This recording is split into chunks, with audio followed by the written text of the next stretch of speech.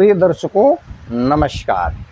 आज मैं आप लोगों से चर्चा विशेष रूप से इस विषय पर करूंगा कि द्वादश भाव का स्वामी अर्थात व्यय भाव का स्वामी इन भावों में से किसी एक भाव में बैठ जाए तो ऐसे जातक का जन्म यदि किसी निर्धन कुल में हुआ है या गरीब कुल में हुआ है तो ऐसा जातक अपने पुरुषार्थ एवं मेहनत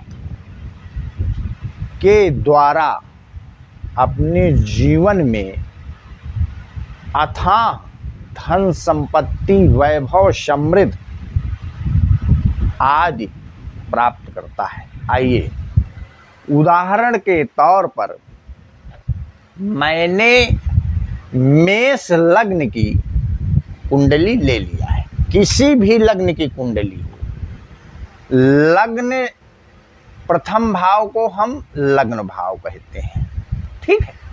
अब लग्न भाव इसको द्वितीय भाव, तीसरा, चौथा, पांचवा, छठा, सातवां, आठवां, नौवां, 10वां, 11वां और ये 12वां भाव। तो आज चर्चा इस भाव पर की जाएगी कि व्यय भाव का स्वामी, इसको व्यय भाव बोलते हैं। लग्न भाव से 12वां भाव व्यय भाव, खर्चा का भाव।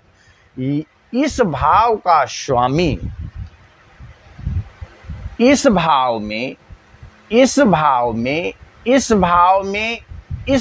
और इस भाव में बैठ जाए। कहने का तात्पर्य यह है कि व्यय भाव का स्वामी यदि तीसरे भाव में, छठे भाव में, 8वें भाव में, एकादश भाव में या द्वादश भाव में बैठ जाए तो विपरीत राजयोग का निर्माण होगा।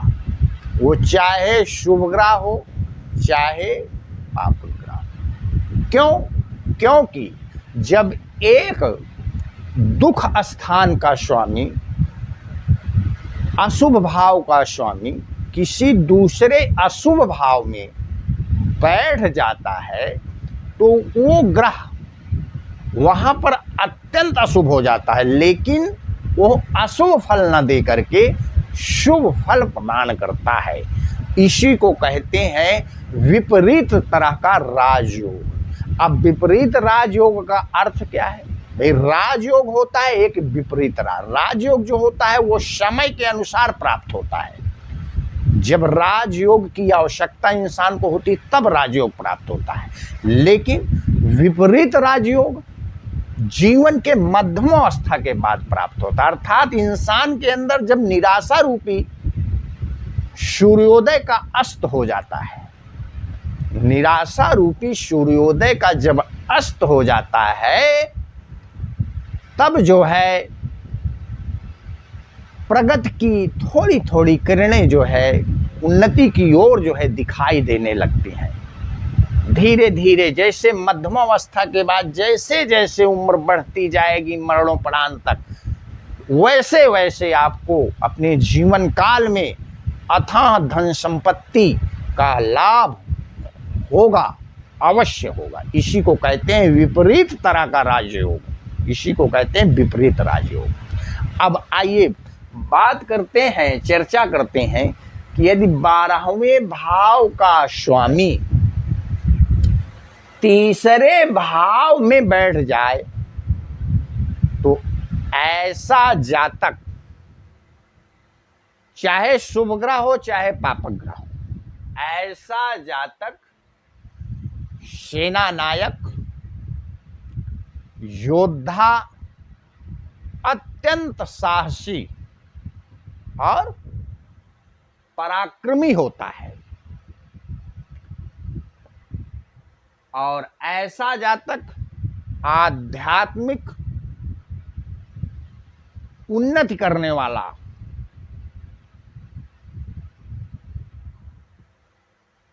आध्यात्मिक उन्नत करने वाला होता है। और ऐसा जातक अपने जीवन के मध्यमावस्था के बाद अपने साहस वीरता के कार्यों के द्वारा जो भी धन अर्जित करता है उसको अपने जीवन काल में, वो कहने का मतलब है कि भोग नहीं कर पाता है, भोग नहीं कर पाता है, ठीक है। और ऐसा जातक जो है करोड़पति होता है, ऐसा जातक करोड़पति होता है और करोड़पति हो करके वो समाज के हित में कार्य करता है, जनता के हित में कार्य करता है।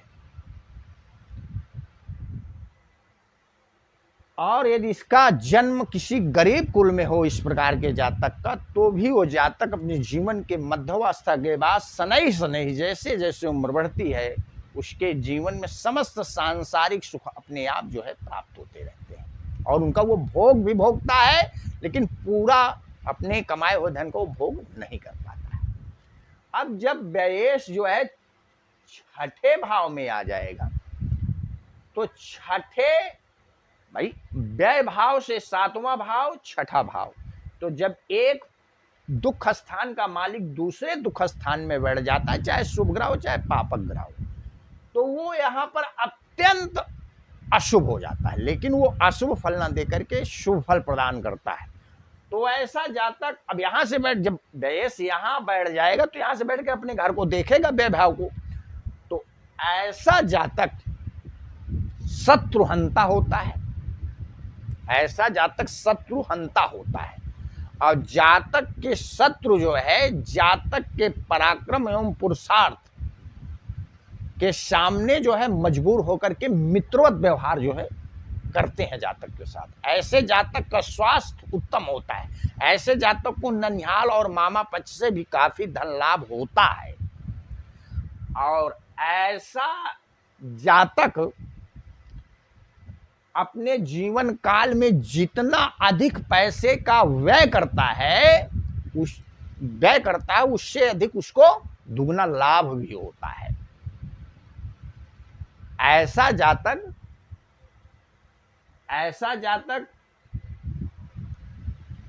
आध्यात्मिक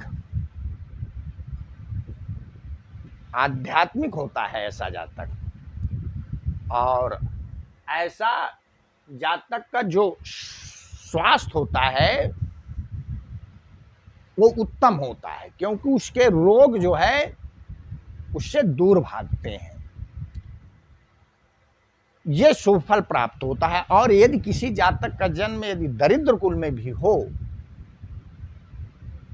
तो जातक अपने पुरुषार्थ, विवेक और बुद्धि के द्वारा जीवन के मध्यमावस्था के बाद अथाह वैभव और संपत्ति का मालिक बनता है, लेकिन वो जातक अपने जीवन काल में उसका पूर्णतः भोग नहीं कर पाता है, उसकी पीढ़ियां करती हैं वो भोग नहीं कर पाता। अब यदि व्ययेश आठवें भाव में बैठ जाए, तो ऐसा जातक जो है किसी ऐसे नवीन विचारधारा का संस्थापक होता है और उसके नवीन विचारधारा का लोग अनुसरण करते हैं। ऐसा जातक आध्यात्मिक उन्नत करने वाला होता है, ऐसा जातक मोक्ष के प्रति अग्रसर रहने वाला होता है, ऐसा जातक महापुरुष होता है।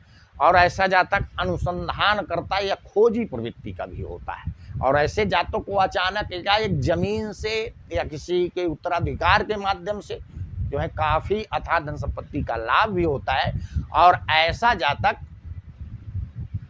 जो है किसी अद्वितीय विद्या का जानकार होता है,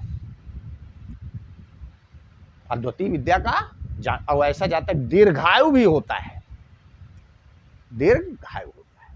और यदि ऐसे जातक का जन्म किसी दरिद्र कुल में भी हो, तो जातक अपने विवेक और बुद्धि के द्वारा जो है और पुरुषार्थ कर्म के द्वारा जो है वो अपने जीवन काल में श्रेष्ठ उन्नति करता है लेकिन जीवन के मध्यमावस्था के बाद धीरे धीरे जैसे जैसे मरणोपरांत उम्र बढ़ती है वैसे वैसे अब यदि व्यय भाव का स्वामी 11वें भाव में बैठ जाएगा, व्यय भाव का स्वामी 12वें भाव में बैठ जाएगा, तो व्यय से व्यय अर्थात ऐसा जातक समाज हित, देश हित की जनता के पीछे आत्मसमर्पण का भाव रखता है, बलिदान का भाव रखता है और परोपकार के क्षेत्र में अग्रण होता है। और जितना अधिक वो परोपकार अपने जीवन के मध्यमावस्था के बाद करता है वैसे वैसे उसको दिन प्रतिदिन जो है अचानक एक लाभ भी बहुत होता है। ऐसा जातक आध्यात्मिक चिंतन करने वाला होता है। शुभ ग्रह है, यदि पापक ग्रह है तो भी, चाहे शुभ ग्रह हो चाहे पापक ग्रह, और यदि व्यय भाव का स्वामी व्यय भाव में बैठ जाए, व्यय भाव का स्वामी व्यय भाव में बैठ जाए, क्योंकि ये स्थान भोग का है, तो व्यय भाव का स्वामी जब व्यय भाव में बैठ जाएगा तो भोगने की क्षमता को जो है उसमें कमी कर देगा, योग की तरफ मोड़ करेगा। मतलब कि सांसारिक सुखों का ऐसा जातक परित्याग करने वाला होगा और नवीन विचारधारा या ग्रंथ आदि का निर्माण करने वाला होगा। और ऐसे जातक जो है, ऐसे जातक के अनुयायी जो है बहुत होते हैं, और ऐसा जातक समाज हित और देश हित में अपने आप को बलिदान करने से भी नहीं चूकता है, और ऐसा जातक महान होता है। और ऐसा जातक का जन्म यदि दरिद्र कुल में या निम्न कुल में या गरीब घर में भी हो तो अपने पुरुषार्थ, मेहनत और त्याग के बल पर जो है जीवन के मध्यमावस्था के बाद जैसे जैसे उम्र बढ़ती है अपने जीवन में सब कुछ पा लेता है, लेकिन उसका भोग पूर्णतया नहीं भोग पाता है, उसकी पीढ़ियां भोगते हैं। विपरीत राजयोग, राजयोग से कई गुना शुभ फल प्रदान करता है। मेरी वीडियो यदि आप लोगों को अच्छी लगी हो तो कृपया मेरे चैनल को लाइक, शेयर एवं सब्सक्राइब कीजिए, ताकि जो भी मैं नई वीडियो अपलोड करूं उसकी नोटिफिकेशन आप लोगों को समय समय पर प्राप्त होती रहे। धन्यवाद।